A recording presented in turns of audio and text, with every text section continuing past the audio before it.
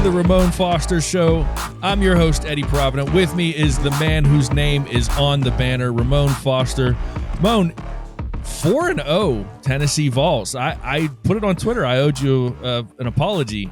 They look good, man. They look for real.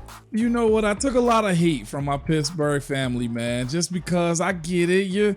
You're Pitt Panthers to the core, even though you're Penn State fans, but never mind that. You know what? No Penn State fandom here, man. No Penn State fandom here. No, I know you are blue and true, man. With that being said, though, man, my Vols are doing pretty good. Top 10 for the first time since 2006. Ranked number 8, right? Number 8 right now. 7 is 8 or 9, depending on which polls you're looking at. But that's not why we're here today, though, Eddie, right? Hey, real quick, as a Pitt fan, I'm rooting for you guys now because the more you win, the better it looks for us. So I'll take it. Look at you. I'll put the orange hoodie on. That's no problem. Just backhanded as heck with it, man. That's crazy. Man, Moan, speaking of backhanded compliments, man, at least I don't even have a compliment. I don't even have a backhanded compliment for these Steelers. No. This offense is just it's abysmal. And it is. So my question to you, looking at it from a player's perspective, where do you pin the blame? Because I lean towards pinning the blame on Trubisky, but I know a lot of people are pinning the blame on Matt Canada. Man, where do you go with that? To me, it's a little bit of both. It really is, man. I think the things that they did well in the Browns game, the pace, being able to spread the ball out a little bit, I thought it was good. But I also said this, he listened to us too much, us talking heads, us fans of the game, when it comes down to, look, well, what about Pat? What about, continuing to stick with the pace that you had throughout the game? There was a little bit of decision-making, I feel like, on Mitch's part. The overthrowing's got to stop. The decision-making has got to get a little bit better when it comes down to him. But we were looking at a little bit of the stat line when you look at, like, overall, like, where players are as far as passing yards throughout the season. And right now, you got a guy in Jacoby Brissett barely ahead of him, but he's got more passing yards than he does. He's got 4 touchdowns and 1 interception. Like, that's where we are right now when we're speaking about the things that you do for quarterbacks that you might say that are a little bit less than what you need as far as a franchise guy.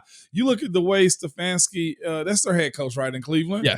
You look at the way he put together a plan for them to go out on a short week and beat the Pittsburgh Steelers. They protected Jacoby Brissett wholeheartely and made him look like, well, dang, he might get another crack at starting in this league. He looked all right, man. He looked like a very competent NFL quarterback the other night.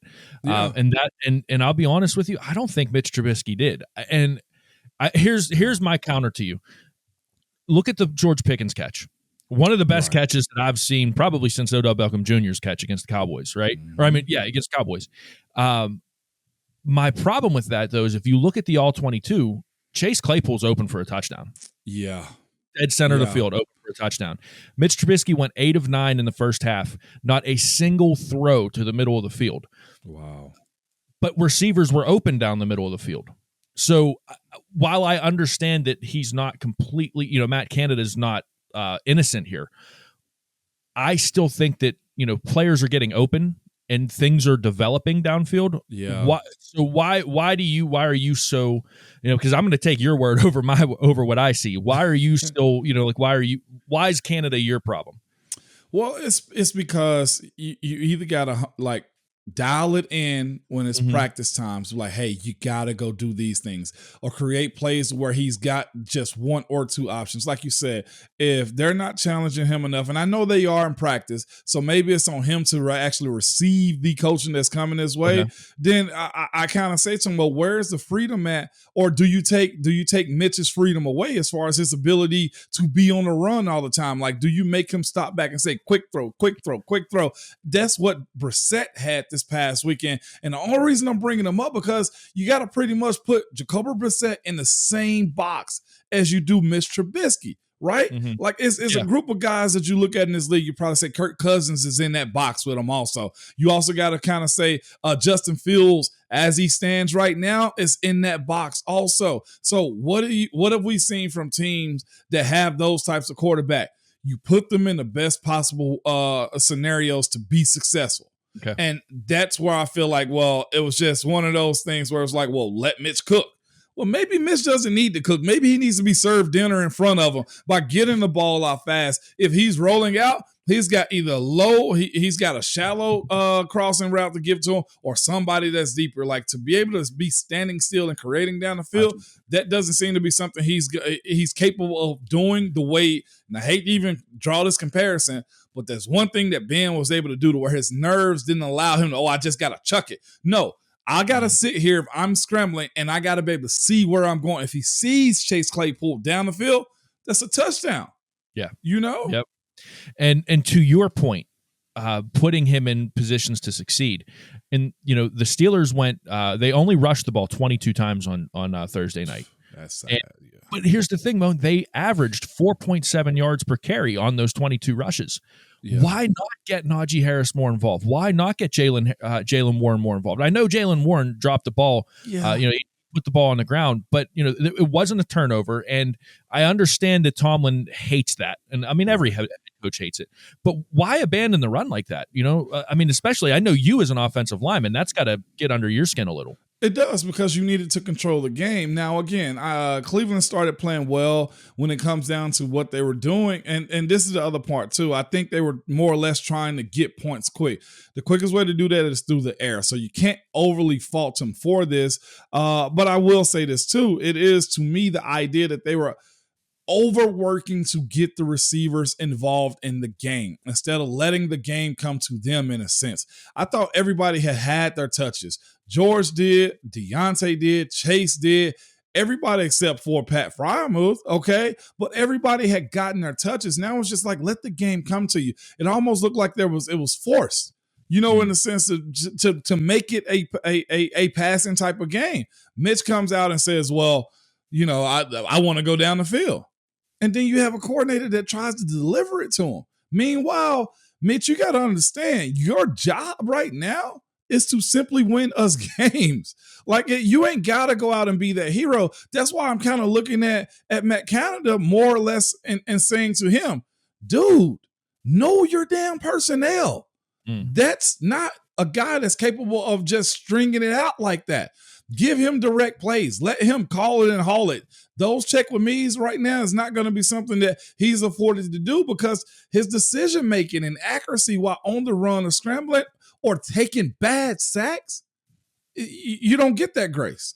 Yeah, it almost seems to me like Matt Canada's got to, go with the KISS method, to keep it simple, stupid, because until this offense shows any signs of they can handle more. Right. Like you said, I love what you said earlier in the segment. Just get the crossers, get the short stuff open, get him in a rhythm before they do anything else. We're gonna take a quick break. When we come back, I want to talk about Moan's old position. I want to talk about the offensive line, because despite what we've seen and heard, I actually thought the offensive line played pretty well on Thursday night.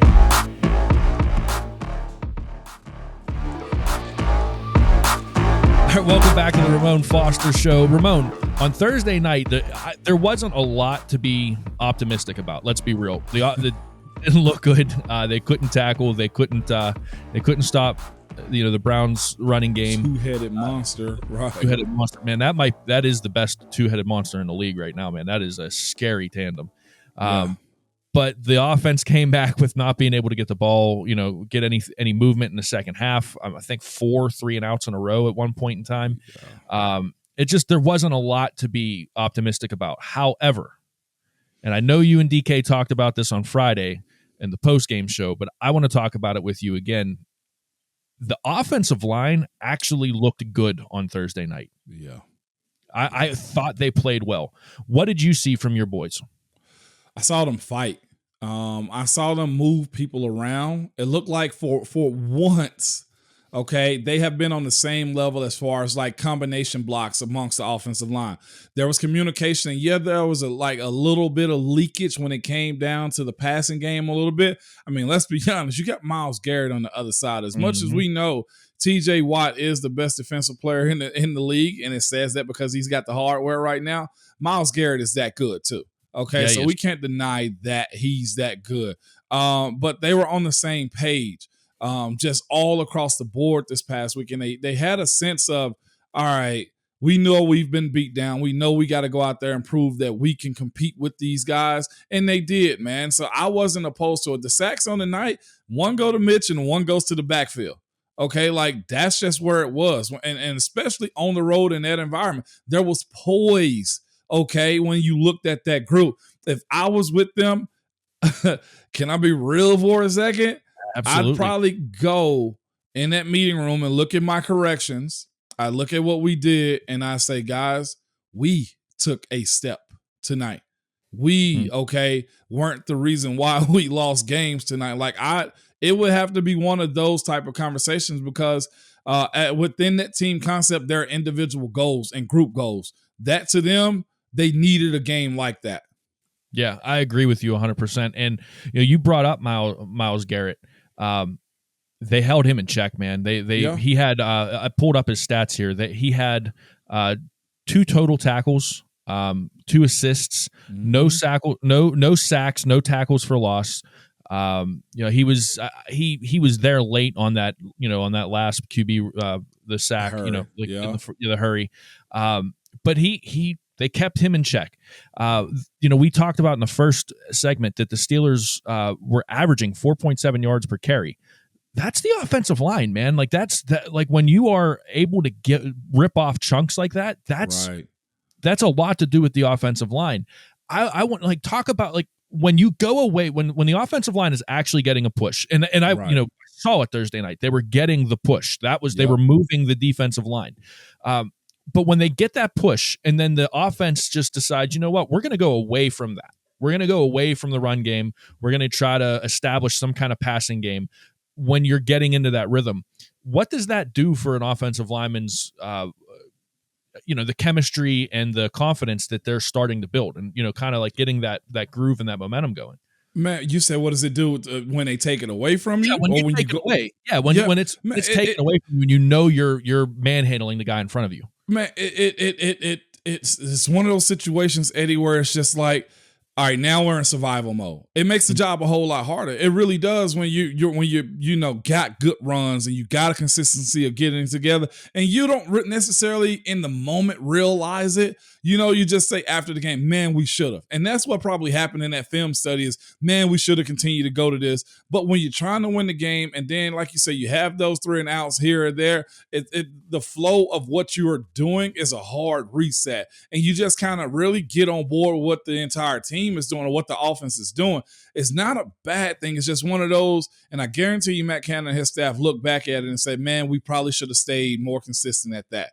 And to Cleveland's credit, they were making some plays, as far as their defense goes. It's just, and I probably almost feel like any offensive coordinator feel this way.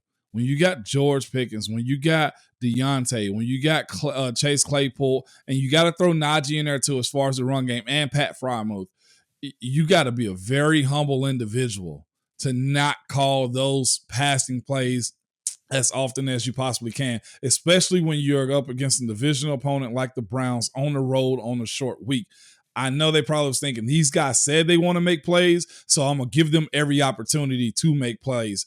But your job as an OC is to manage this game and come out with a dub, however way you think is going to be necessary to execute. No, I'm with you, and I really want to see them against New York this Sunday. I want to see them establish the running game. I want to see them. I know everybody's been talking about open up the passing game. They need to take a step back. They need to take the step back, understand that they have Najee Harris, in my opinion, one of the top 10 running backs in the NFL, Jalen Warren, who's coming into his own, and now an offensive line that's starting to build some confidence. Some guys that look like I got to shout out Kevin Dotson in the way he's been playing the last couple, the last 2 games. Didn't he? He has stepped his game up. And I want to see these guys. Mason Cole, Chris Halleck just highlighted him in one of his in his column yesterday, in his article yesterday, about Mason Cole's blocking and how well he's been doing. I want to see those interior offensive linemen take that next step, and the way to do that is to establish a running game against the New York Jets on Sunday, and hopefully build your passing game from that. Facts. I want to see. I'm looking forward to it, man. This will be a good challenge, man. The Jets always will play hard. We'll see if Flacco or if Zach will be back too. Yeah, it could be Zach Wilson. Yeah, for sure. Hey, we're going to take one more break. When we come back, it's everybody's favorite segment, the only one that matters. Hey, Moan.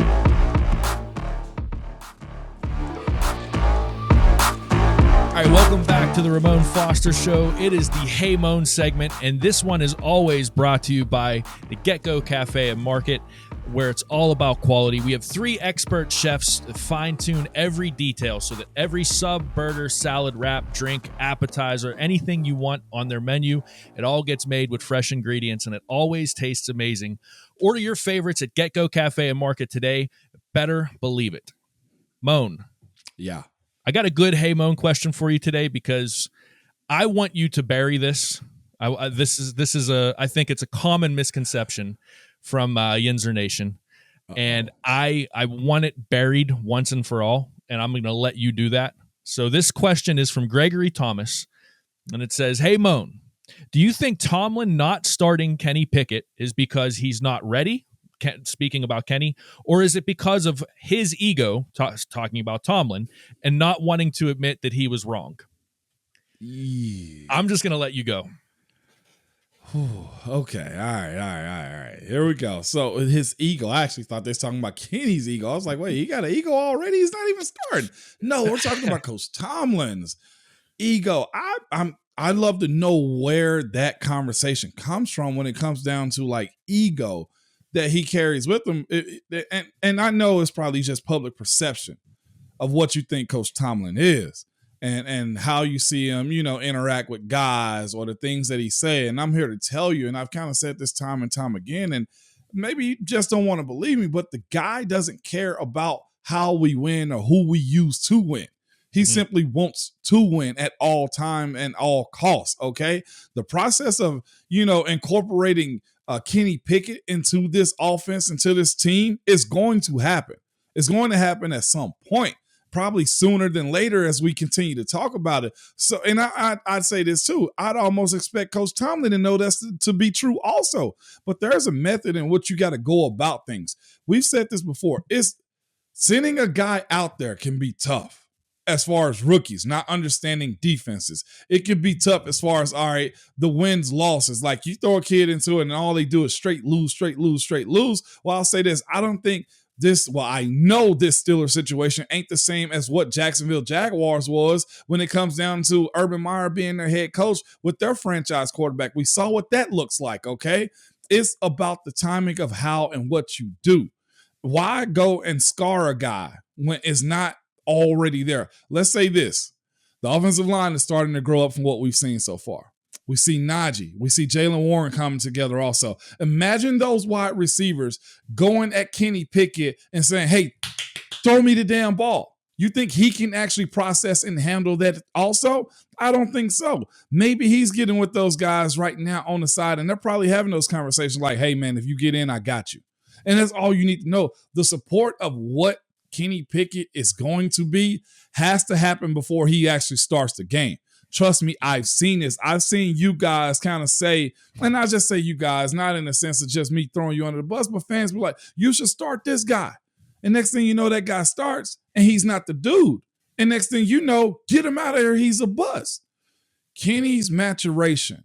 Okay, and let's be real about this too. Having the year that he had coming out of college, there needs to be a reset of him too. And not thinking that this is an easy job. Or look, I had an amazing senior year at Pitt. I was a Heisman finalist. I'm just going to waltz into this and I'm big dog. No, there's a lot more sometimes than just throwing the ball, spinning it in plays.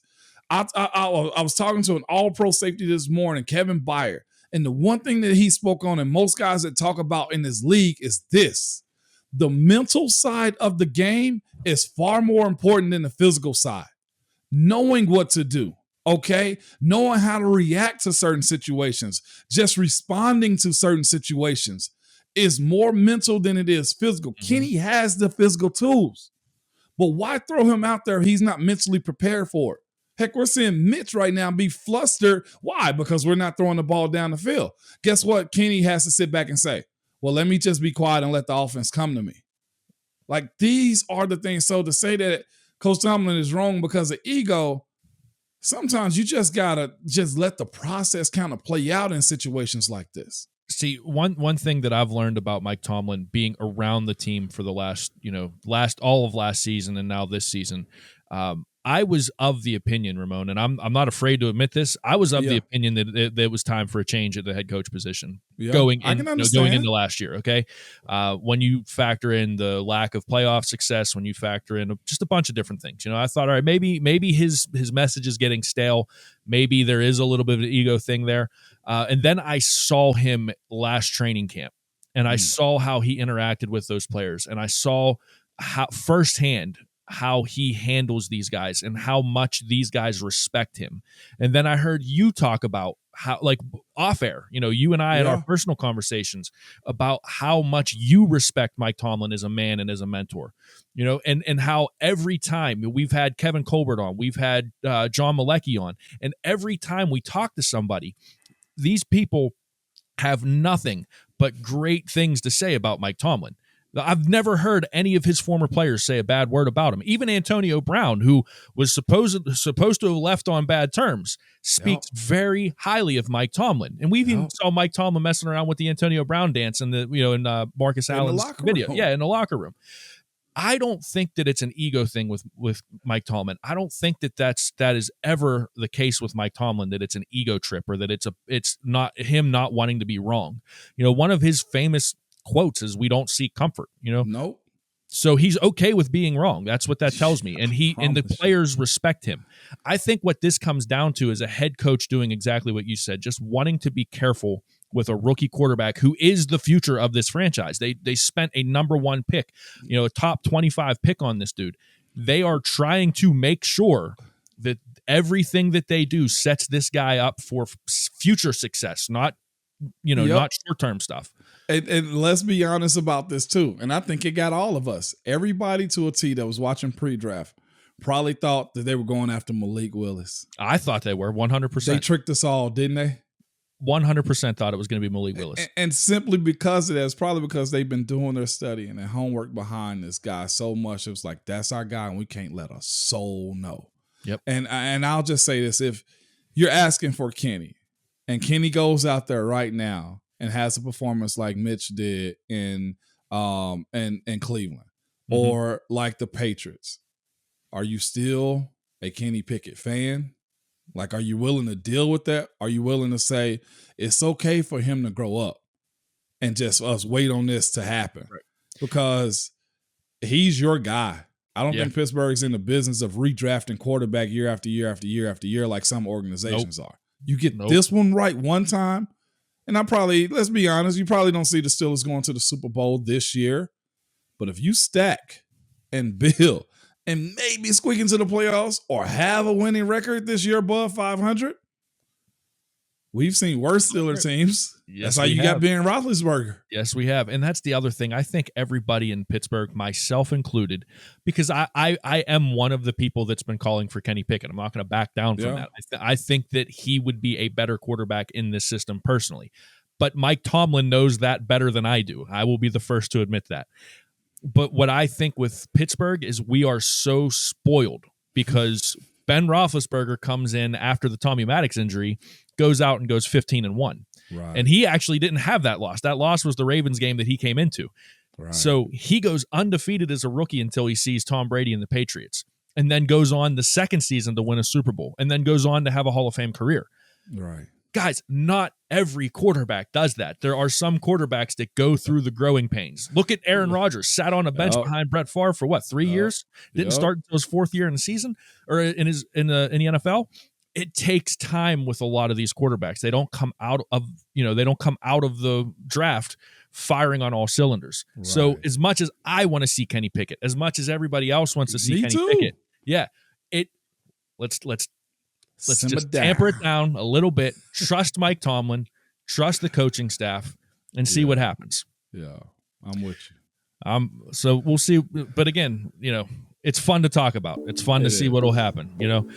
This is it for the Ramon Foster Show today. I will be back with Ramon tomorrow.